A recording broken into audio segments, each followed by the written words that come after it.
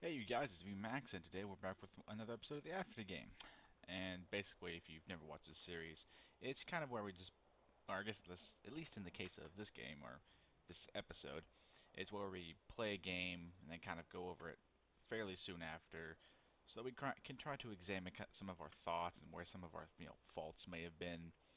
And that's kind of the gist of this kind of series, really, if you haven't watched it.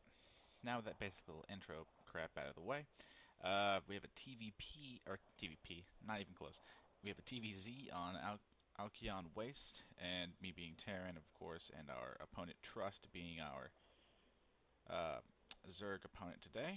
Let's see, I think D is production. Now, before we actually start this, the original point of this game, if you didn't watch the last game, was to try and be a bit more aggressive. Is the first point. And the second point was try and have a little bit of better crisis management skill, which can be kind of attributed to the aggression point if you really want it to be, but I'll count them as two separate points. Now, hang on. Before we start this, do I have my enable music? Yeah, sounds are enabled. Golden! Hey, master volume, I'm gonna turn that down. Like to that. There we go.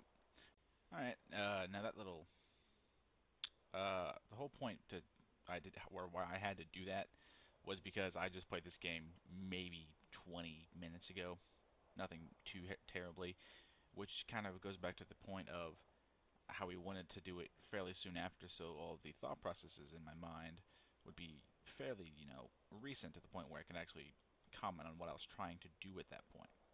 Now, I think we got the really weird kind of ham-fisted opening out of the way. So with that, out of the way, let's do this. Now, of course I have it on time 2, faster speed. Good luck, have fun. Have to have manners. Trust has manners too. Good man. Now, we are just, again, this is a kind of boring part of the game. It's kind of just basic introductory stuff. Again, building SCVs and drones. Not all too special. Of course, I always will build ramps on high ground, at least against Zerg, if not always. Because I've been dying to a lot of Zergling, Baneling, like really early bust, which is also, as you'll see, why I basically opened a kind of a 2-Rex build, because I'm really scared of dying against that level of early pressure. Now, I mean, it may not be necessarily the most optimal opening, but it's one of those I feel pretty safe. Now I get in, get the scout, see he has more than 7 drones and no gas and no pool, so I can kind of determine that he's either bad, which is an option, or he will be going for a gasless expand, and then after that, who knows. Or, no, he's just... Huh. He might just be bad. A little weird. Oh yes, he steals my gas, which is annoying as hell. Which is not something I've had to deal with for a long time, so I wasn't exactly ready for it. But I realized that I wasn't going to have the control to kill the drone if he just popped it in and out, in and out, in and out. So I figured we'll just let it build. He doesn't have any sight here. We'll turn off the player cam. Yeah, from this area right here, he literally doesn't see anything of note from this, so I figured it's okay if we let it stay up and just do its thing. Then we'll just kill it afterwards. Now, go back to everyone. Try and pick up a free overload. Don't think I grab it. Oh, I do grab it. Sweet. Well done. And again, just taking it, stabbing it with a drill. Mr. Hero SCV. Now here's the 2-Rex little opening that's safest for me right now against any sort of early aggression. And I start with the tech lab first because I'd like to get earlier upgrades. Now, I mean, again, not necessarily the most optimal way, but it's just one of those how I feel most comfortable. Scan his main base, see that he just has a pool and 1 extractor, so I knew that he probably expanded relatively early, so I figured, okay, our little fear of early aggression is a little bit unbased on anything. Now, sorry, I had a drink of water there. Over the ramp. Over the ramp. Was going to try and do some aggression, and then, as you saw, instantly got saw by Zergling and realized that I couldn't. That pretty much killed it right there. Now, realize that, then I think, well, okay, now I'm kind of committed. I may as well at least keep these at the front ramp to defend the entrance to my natural expansion. I'm flooding way less minerals than usual, and what you guys can't see is that after this, I actually have better or less resources spent on the little performance tab. So I'm happy about that. Another free overload, which is nice. See if he tries to go for the early third base, and if he did, I was going to try and deny it, which would have been nice. Again, this goes back to our point of the whole trying to apply earlier pressure. Now, albeit this little move here didn't necessarily make anything happen, but it was more the thought behind it than necessarily the results. And I'm actually really happy I killed that overload. I didn't realize it supply blocked him. Now, we go try and poke up the ramp, see if he's on this, or we will go try and poke up the ramp in a second. And behind this, we're just grabbing our starport, our engineering bay. Gonna do the old swapperoo around with the factory to get the reactor. Take down the queen, do what I can. Realize that. Try and actually, I'm not gonna lie. Right there, a few seconds ago, I tried to do some sick control and failed, which again was more of that's just a lack of personal skill. I mean, all things considered, this Marine, my half-ass split saved the Marine long enough to kill this drone, and I don't think he kills anything else. Again, oh, he did, yeah, I do micro back a little bit. I lose a Baneling for a Marauder, which is an okay trade, and a couple of the drones. Now, let's see, right now, real fast, let's check Control R. Okay, he's killed. We're about even on trade, except I've killed more workers, so I'm technically ahead of him. So I'm okay with that little lead. Now back to our little replay. Realize that with that sort of little aggression, that I'm a little bit safer now to get my. After I completed the switcheroo on this, I figured, well, I might use Hellbats because I saw the fact that there was Banelings and I need some sort of tank outside of just Marauders. Now he goes for Infestation Pit. I don't think he does anything with it though, other than to take up the hive later, so which is okay. I understand that. He attacks the front, extend, fall away with relative ease. He's really dumb. Oh, that's not weird. Well, actually, sorry, wrong button. Gotta remember P is pause and /play. Now he really messed up. He could have done a lot of damage in a couple of seconds while my medevacs were still healing, but he went and put his banelings right here, and it gave me the sight from my barracks to let me get off a couple of shots and have the sort of awareness. So I'm kind of happy about that map awareness point. Think I'm going to go kill it, realize I'm chasing banelings, it's futile. He goes for melee attacks. He ends up going for, like, Ling Ultra, which was really, really annoying to deal with. But that was also the point of having kind of Hellions as, or Hellbats as sort of like frontline tanks along with the Marauders. Now, I try and do a couple of Widow Mine drops, and I build a couple of extra Widow Mines for defense of my third, as you'll see in a little bit. Now, but, I mean, outside of that, then I don't really do a lot of Biomine, as is popular right now. I just don't have the control. I mean, I can do drops, technically. Oh, he built a Swarm House? Oh, hold up. Does he actually, like, do anything with the Swarm House? Huh. Sorry, I didn't realize that he built a Swarm House at any point in this game. That's really odd. Now, I try and go for this drop. Now, I'm not directly overwatching it. I am watching the minimap. I then see this cluster of overlords, realize, well, shit, my drop's been spotted. So I may as well try and take my expand behind the drop I'm going to try and do. He, really weirdly enough, my plan was to do the classic kind of Widow Mine drop right about here or here, and kill off whatever drones were mining the mineral fields.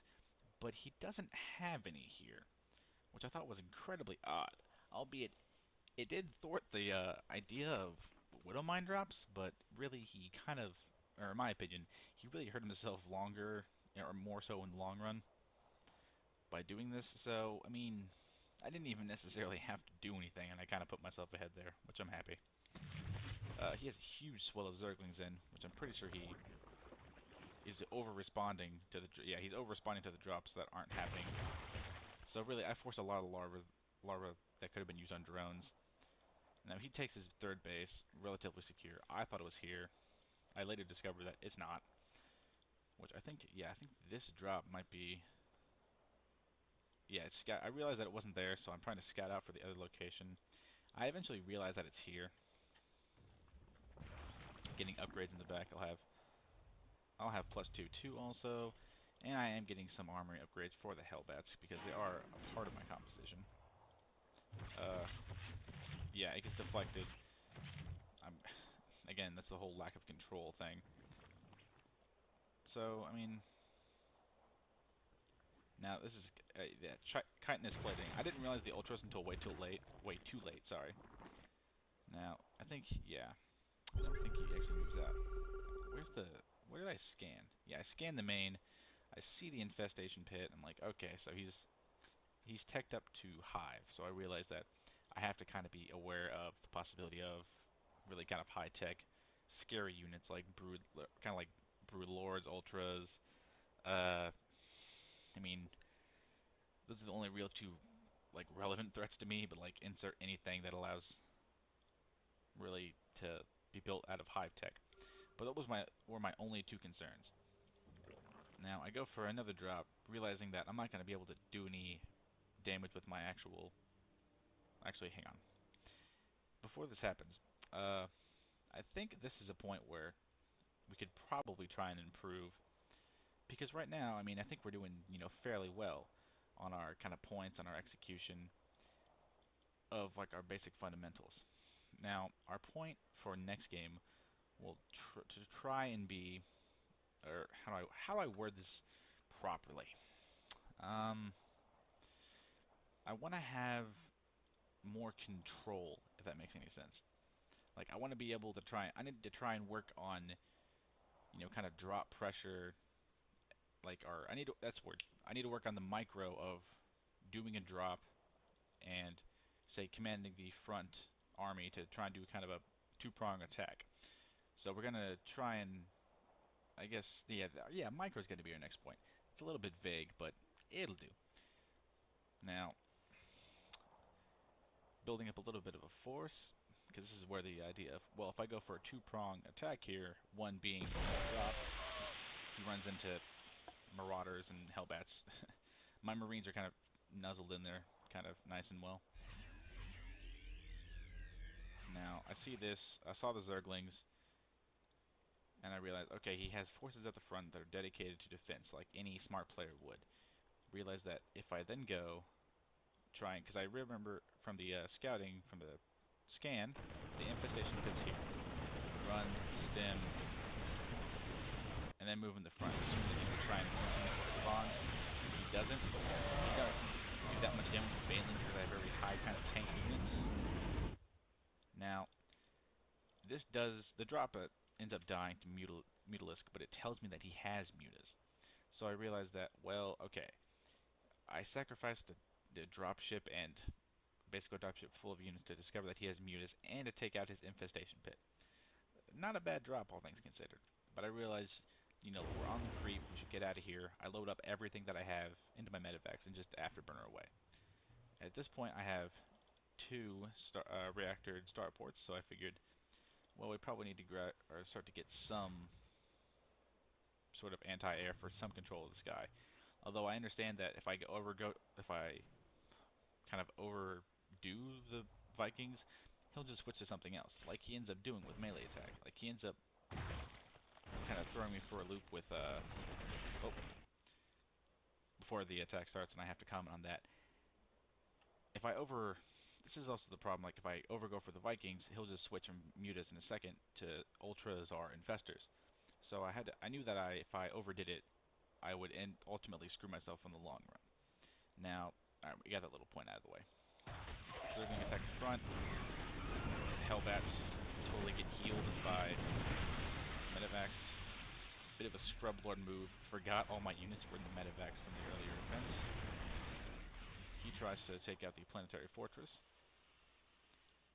Now, this is when he tries to counter aggression, and he starts spending all of his larvae on attacking units, which is fine.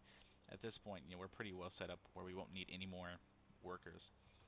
It's just one of those I have greater map control right now.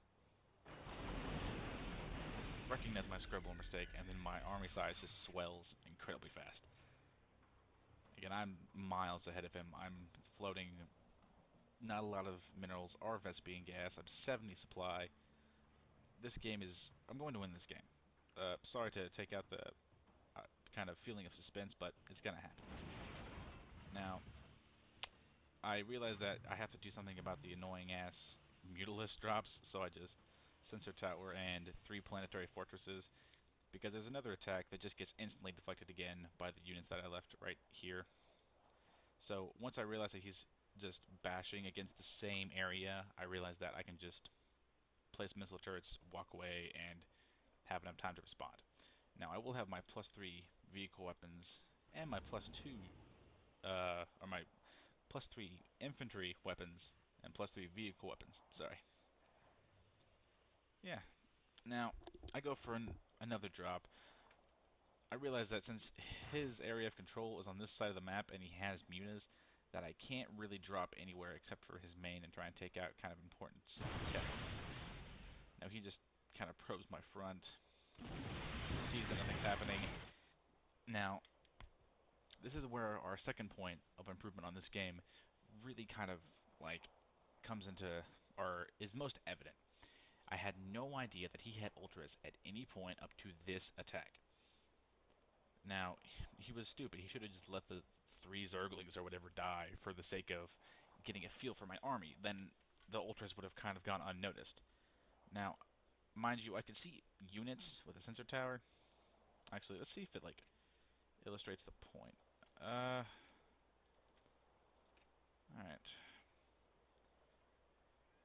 No, well, it's fine. But I realized we have ultras. Now, if I had an army based of purely Marines, I would be screwed. But I have lots of Marauders and Hellbats.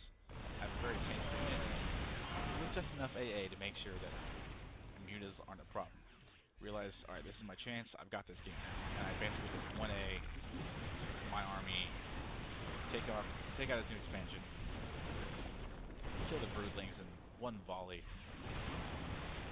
Recognize the fact that right here, I saw that since there's a ledge here, which, man, creep really kills that, like, ledge visibility, but I saw just enough of the ledge and realized that I had a few seconds, maybe one salvo of Marauder and Hellbat fire. Well, more like Marauders because they're more prevalent in my force. But I had basically one volley of shots on the high ground before the ultras would get in range to do anything. So that's why I stem right here to do as much damage as I can, in that one volley. And I take out the ultra threat. I couldn't really split the Banelings, but it doesn't matter. I have so much stuff. And then he leaves. So, I mean, all things considered, fairly well game. Or a fairly good game. And honestly, I'm really, really happy about this. Like, I was just jumping for joy, super excited after I got that W on the list. So, I mean, that's really one of the best games I've had in a really long time of StarCraft. And it's one of those things that makes me feel good about me as a player. Now, again, as we mentioned earlier, our next point will try to be a bit more control. We're going to try and keep the fundamentals that we have right now, and now we're going to try and focus on, because again, this is pretty much the kind of cookie-cutter build we're going to go until we kind of get out of Bronze League or feel secure enough in all of our fundamentals to go on with strategies. And our next kind of, and really, to my knowledge, really kind of the last real important basic fundamental is control of some degree. We are going to try and control drops better, get better splits, do, I guess, more productive split pushing. We need to kind of work on micro to a certain degree. But I think with all that little gibberty jazz out of the way about what we're going to do for the next game, I think that'll be it, you guys. I will see you guys next time, and thank you all for watching. Alright, goodbye.